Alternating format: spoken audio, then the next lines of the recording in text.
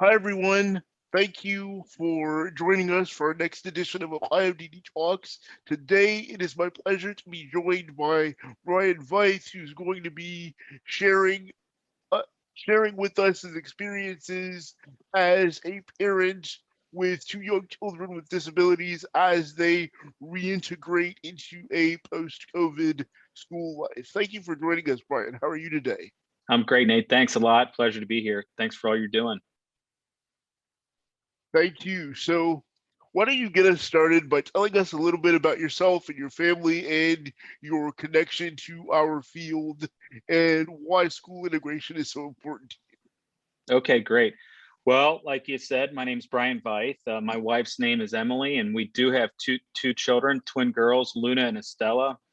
One quick point of clarification: Luna has a disability. She has a Down syndrome, and they're about 3.5 years old. So my perspective today, as I reflected on what we're going to be talking about, the girls started, but Luna particularly at the age of 3, which we can talk about how she was able to get an early jump on school.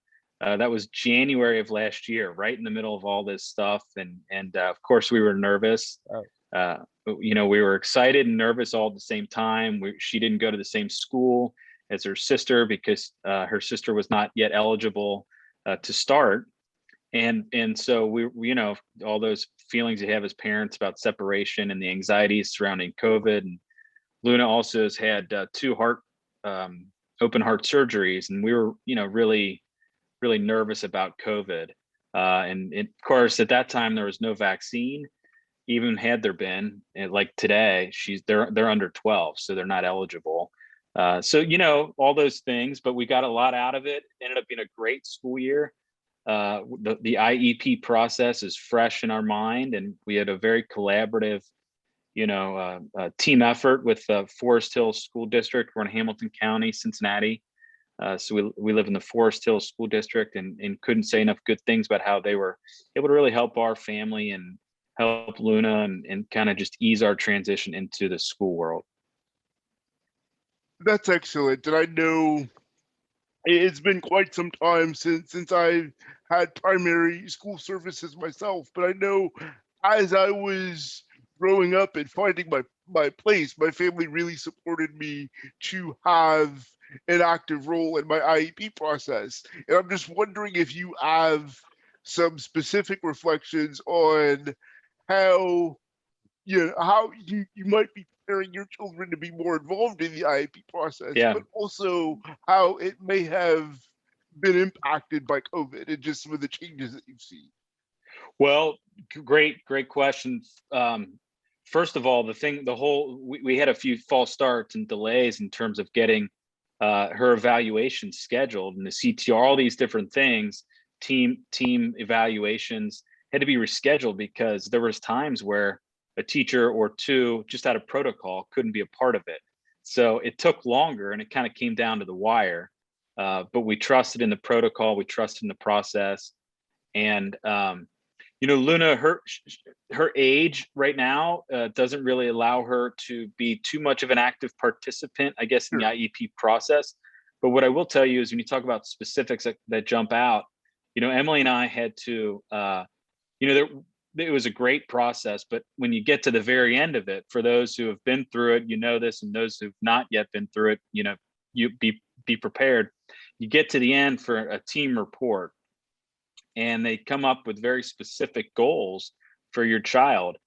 And I remember in particular, because of COVID, one of the physical therapists wasn't able to evaluate Luna, and they had kind of a fill-in, which was great. You got everybody's, on the part of a team. Um, we thought that particularly her goals were not high enough. We thought that Luna was capable of more, and we had to push back a little bit and say, hey, respectfully, you didn't see, you're going off of kind of secondhand information. I hope you don't take this the wrong way, but we think Luna's capable of more. Can we up the goals? We don't want her to just kind of skate by. We want her to succeed and thrive. And that was taken with open arms, because of course everybody wants that. These educators want to see that the students thrive and succeed. and just like the parents do. So the whole process for us was you know, it was collaborative, it was positive, and you just kind of have to be, you have to understand that when people are talking about areas of weakness that could be a potential a growth area, you have to remind yourself, don't get caught up in these things. You know, draw on the strength of, we're just going to get a little bit better each day, and compare Luna to Luna. Don't compare Luna to her sister. Don't compare Luna to the other children with IEPs. Don't compare her to other, you know, 3.5-year-olds. So that would be one of the things that I would encourage anybody going through the IEP process, whether a repeat time or for the first time. You know, anytime you get down or you think, gosh, this is a struggle, you just really have to think, is my son or daughter getting better, you know, compared to his or herself? And so that kind of helped us. Now the communication from our particular school district was awesome. Um, it was a team effort. You know, we got in there, we quickly found out that teachers were pulling together. We even had a non special education teacher's father help make a balance bar out of two by fours for Luna to help with her physical therapy to walk on. When we learned of that, I mean, what incentive does that, think about how cool that is. It was somebody completely unrelated to the you know, to the special education process, whose father does never met us, has nothing to do with it, and pitched in. So, you know, just finding those little nuggets that kind of keep you warm and fuzzy inside to get you through the times where you think this is hard. And I say that particularly as it relates to COVID and the anxieties that are kind of surrounding going back. And it's easy to get caught up in the mess of it all, but it's really great when you can sit back and recognize all the positives that are going on. And I can definitely relate, you know, to your experiences on the importance of advocacy and the importance of setting appropriate goals and all Yeah, of those things, because they really do make a difference long term in terms of improving self-direction and identity and those advocacy skills. So it's great that you're on that right track already and identifying those relationships and identifying those areas where, you know, you want them to aim a little bit higher right. because it is valuable. And it's great too that you have strong ancillary services with all the therapies and making sure that's very consistent. That's one of the things that I was grateful for myself as a child, to be able to build long-term resiliency. So it's great that those supports work for you. But in terms of appropriate accommodations, Yeah. would you say that COVID has impacted that part of the process? Well, what I would tell you is that as far as accommodations and how COVID has or has not impacted the IEP kind of, you know, process for us, I I haven't seen much, but my comparison is doesn't exist. I'm comparing, you know, to, we started during COVID, so I don't know what it would have been like without COVID. I'll put it that way. So in fairness, my point of view is going to be different. But maybe that's the new normal we're in. So maybe it makes it, you know, valuable point of view. Um, I will tell you that every accommodation that needed to be made was met, and it was met proactively. We were kept abreast of what was going on. One that was a little bit difficult, and I can understand why, was early on, uh, you know, masks were required, and we did have to get a mask waiver for Luna. She would not wear a mask and still won't. The sensitivity around it, it's just in her physically, her physical attributes are not really accommodative to mask. We tried to make them ourselves. We tried to buy special ones. It wasn't able to work. But that was one small one that we, and the school was great about that. Um, but yeah, you know, she's very small of stature, so they had to get some different desks and chairs for her, and they did. And so I don't know that COVID impacted that or would have impacted that, but all the accommodations that we needed were met. Did you have any experiences with virtual learning that were positive or negative? No, we didn't. We didn't do virtual, and you know, again, the preschool age probably was a function of that. I do know the school did. The school district in general for the older grades had that. I personally can't speak to how that would have impacted it.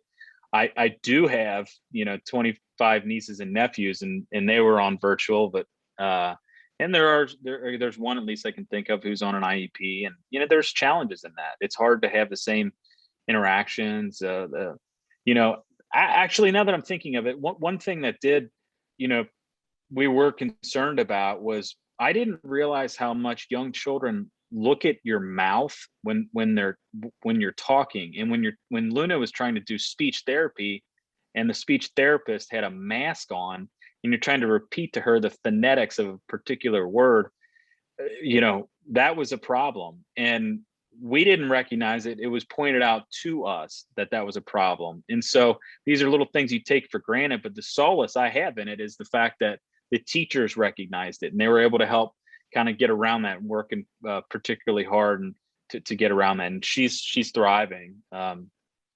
So as you're figuring out social reintegration post-COVID, have you had any experiences with your local county board and early intervention services that might make that transition a little easier for you?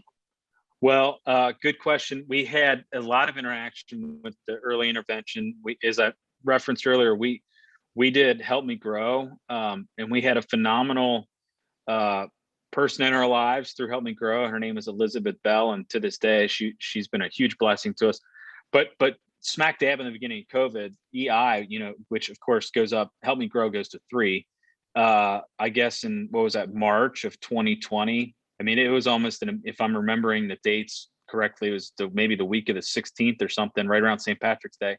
They immediately stopped going in your house. Well, when you're doing physical therapy and Help Me Grow and all the different therapies that are kind of integrated into your life in your house, which for us was really important because I mentioned earlier that Luna has had 2 open heart surgeries.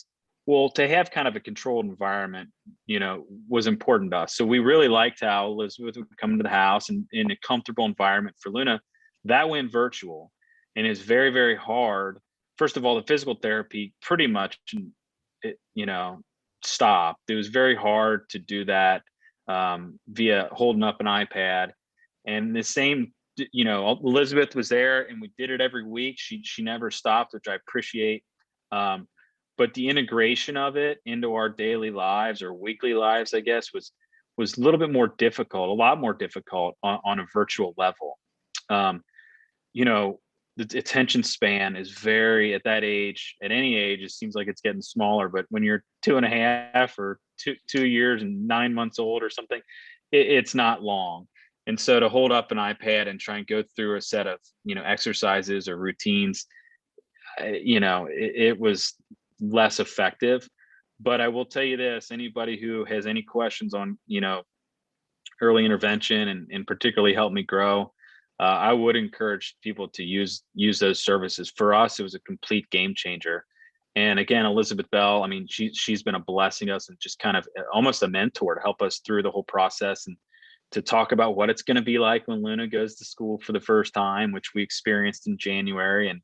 And she said, hey, every now and then you'll even get a check-in from her. How's it going? How's it going? And just thinking of you guys. And that's awesome. So despite the challenges of you going virtual with that, we still very much felt the presence and very much felt the positive outcomes from it. Well, that wraps our podcast for today. I want to thank Mr. Brian Veith for joining us and sharing his experiences. And I want to encourage you all to share your experiences with us on social media or writing into DD Council, because your experiences drive the work that we do. Thank you so much for joining us, and stay tuned for our next podcast soon. Have a great day. Thanks. Bye-bye. Thanks, Nathan, for all you're doing for the community. Okay. Thanks very much for all your hard work.